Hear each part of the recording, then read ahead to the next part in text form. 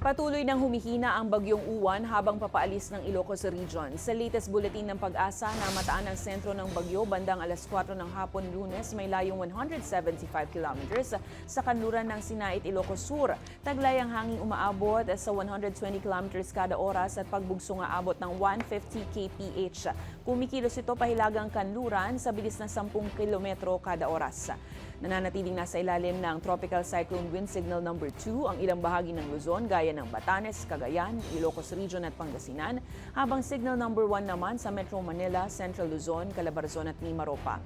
Huwag pa rin po mangampante dahil pinag-iingat pa rin ng mga otoridad ang mga residente sa banta naman ng malalakas na hangin, baha at storm surge na maaaring umabot sa 3 metro ang taas. Malalakas na alon din ang inaasahan sa northern at western seaboards ng Luzon, kaya bawal pa rin po ang maglayag ng mga maliliit na sasakyang pandagat. Nasang lalabas ng PAR ang Uwan ngayong gabi o umaga ng Martes at tuluyang hihina pagtungo sa Taiwan. Samantala, inaasahan ng Weather Bureau na 1 hanggang 3 bagyo pa ang papasok sa PAR bago matapos ang taon.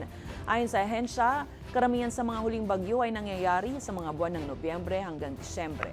Pinapayuhan ang lahat na patuloy na mag-ingat at tumutok sa mga abiso ng Pag-asa.